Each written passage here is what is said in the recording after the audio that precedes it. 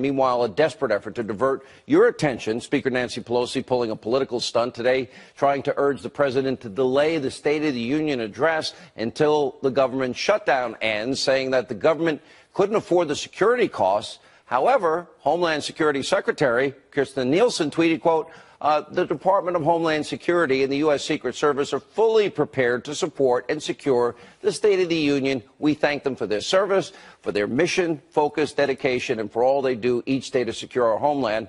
Well, nice try, Nancy Pelosi. This as new video emerged of the Democrats' Puerto Rican vacation last weekend. As you can see, they're in Puerto Rico. They're at a resort, having drinks, putting on suntan lotion on each other, poolside parties. Oh, and meeting all the lobbyists, political action committee. This is 10 days into this new Congress. 10 days. They're on vacation, bought and paid for by people that want to influence them.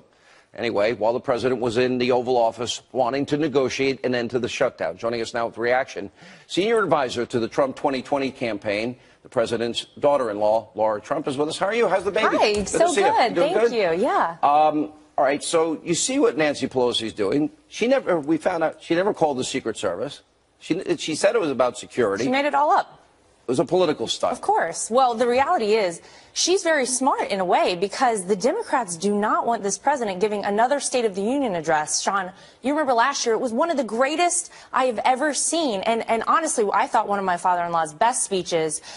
So he could get out there again and really turn things around. And I think they don't want to see that happen. So she has disinvited him to give the State of the Union. The good news is that the president can give it anywhere he wants. He doesn't have to give it there in front of Congress at Capitol Hill. So it's up to him, really, where he wants to do it. So good try on her part, but I don't think it's going to go over. One thing I know about the president, I think the country's learned about the president, which I think is his strongest political weapon, is that he keeps promises. Yep. He says what he means what he says. And I don't care how he gets the money, whether Congress eventually comes to the table and is at least willing to negotiate, or if he has to declare a national emergency or bring our defenses in, he's going to do it. He's going to get it done. Listen, they can play a game of chicken as long as they want, but it's going to be very hard to win against Donald Trump. He's been a negotiator his entire life. He fully understands what he's doing here. The reality is this wouldn't be so crazy, Sean, if the Democrats who were trying to stop this border wall from being built, trying to stop us from fixing our immigration system, hadn't wanted this very thing not too many years ago, just under a different president. Well, they supported they sounded like your father-in-law. Of course. They sounded exactly like him. You go back and you watch some of these videos. It's crazy to see. And here we are today. And it's only because it's this president. The good news is that my father-in-law will not back down. He's fighting for the American people because he knows this is about more than a wall. It's about the future of our country. We cannot sustain illegal immigration in perpetuity. It will not work for our country. Well, we have 90% of heroin. We have an opioid epidemic that is literally killing tens of thousands of people every year. We also have human trafficking. We also have people on the other side of the border. It's a perilous journey for them. Some die. Some are assaulted. Some are sexually assaulted. The statistics speak for themselves. Can you imagine Nancy Pelosi and Chuck Schumer being unwilling to meet with angel moms and dads that lost their children to illegal immigrants? Yeah, it's disgraceful. I actually met a lot of these parents last night, in fact, and I was so touched by hearing all of their stories and how much they support the president. And they all said, tell him to keep fighting. It is the most important thing he can do. We don't want other parents to have to go through what we went through. It's not right. And, Sean, it doesn't have to happen in this country. This is the United States of America. And we have to fix this problem. The president knows it. And you know what? Kudos to him. He's going to keep fighting for it. Let's talk about our top story. We've had 2 years of Trump, Russia collusion. What do we now discover? That everyone that signed on to that FISA warrant application knew that it was dubious at best. It was Hillary bought and paid for. It was Russian lies. Everyone that signed it was purposely, knowingly committing a fraud on the court. And Andrew Weissman, which is Robert Mueller's number 2, he knew about this fraudulent document, and yet he's investigating Russia.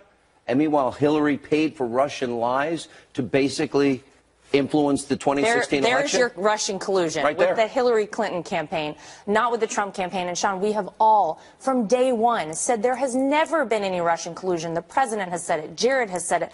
I've said it many times. Anybody in our family, anyone involved with the campaign will tell you that is completely ludicrous. We were so proud because we were like the little engine that could. We had the American people behind us. We didn't need Russia. We didn't need anyone else. We've known it's crazy from day one. I always maintain that the truth will come out, that the right thing will happen. Finally, we're seeing it come to light here. All right, Laura Trump, good to see you. Congrats on the baby. Saw the picture. It's Thank getting big. you. Thanks. Here now, Karl Rove, former Deputy Chief of Staff to President George W. Bush and a Fox News contributor, and Juan Williams, co-host of The Five and Fox News political analyst. You know, I mean, this is at the heart of what we're discussing here. We still have no process for these individuals who I think everybody sympathizes with. But the fact of the matter is that we're putting them in a very dangerous situation when they try to cross this border. And meanwhile, Nancy Pelosi, Juan, is talking about how it's too dangerous to do the State of the Union address. Well, I think that her critics are right to say that's political gamesmanship. But on the other hand, Martha, what you've got to realize is you're giving President Trump an opportunity to then demonize these people, these desperate, sad people who are trying to make their way here because they believe in the American dream. So you have a situation where the president gave an Oval Office address. She said he can give another Oval Office address. But when you have Democrats in control of the House, he's asking to come into their house and to tell his lies and his distortions in a way that I think she finds, you know, reprehensible. Carl. Well, first of all, Juan is prejudging the president's speech. Maybe he helped write it. I don't know. But look. Have you been writing the president's speeches? That's one of the secrets Carl has. Yeah, this has never happened in American history. The House of Representatives, the Congress of the United States, has never refused an opportunity for the President of the United States, if they wanted to deliver the State of the Union address in person. This is an extraordinary moment, and it shows exactly how partisan we become, how polarized we become, and in Nancy Pelosi's case, how absolutely irresponsible. Juan's worried about the truth. Nancy Pelosi did not tell the truth today when she claimed that this was all because of national security. She did this because she is angry with the president. She wants to humiliate the president. She wants the president to surrender. She's like, you know, Ulysses S. Grant at the Battle of Fort Donelson. She wants immediate and unconditional surrender, and this is her way to do it. Shame on her for doing this. America deserves better than this kind of politics. You know, Representative Ro Khanna, who's a Democrat from California today, had a suggestion. He said maybe we should bring in mediators because it works very well in the private sector, and sort of all get in a room and encourage them to help us figure this out. I couldn't help but think to myself, that's what you're supposed to do. That's what Congress is supposed to do. That's a good point. It's ridiculous to think that they can't get into a room. And why don't they? This is something that occurs to me every time I watch these things. Why don't they just look at each other and say, okay, good, we're going into the room, we're not coming out until we have a solution? Well, I think that would require compromise, and actually the polls indicate both sides don't want compromise. Both sides think they're right.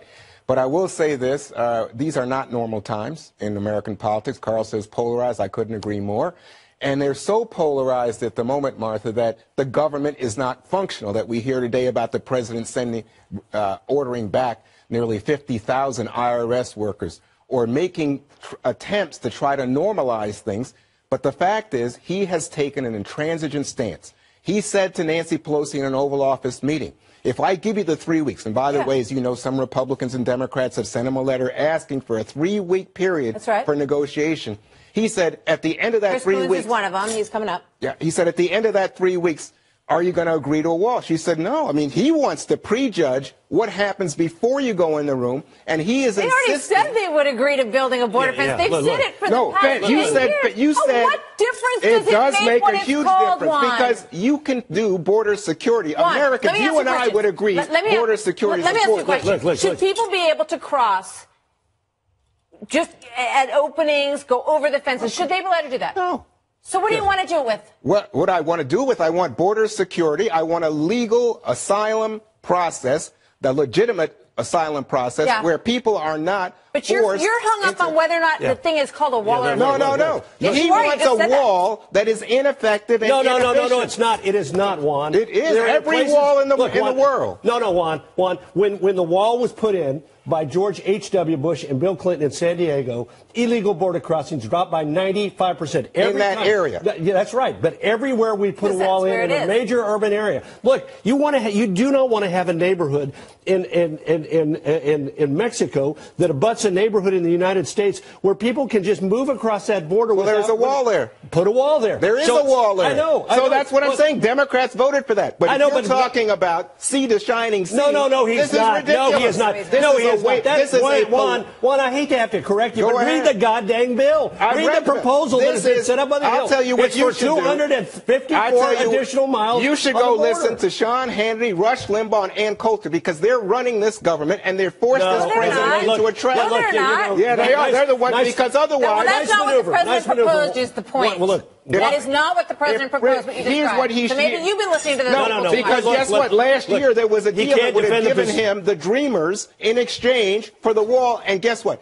At that point, the hard right said, unless you cut legal immigration, that wasn't acceptable. All right, so Juan won't defend his position. I understand why he won't defend his position. I do think something. We gotta go. Tomorrow, I've got this in my column in the Wall Street Journal. I think the president ought to say explicitly, you know what? If you'll give me the wall, I will give you a legal status for the Dreamers. Put it on the table. He's been willing to do it in the past. And then we'll see whether or not the Democrats are going to simply be mindless obstructionists or whether they're going to do the right thing for the country. We will see. And that is where he was before, as you point out. I think this is a fact. And perhaps and there's a lot of people who work in the White House who think that would be a good idea, too. So we'll see. Thanks, you guys. Thanks, you, Juan.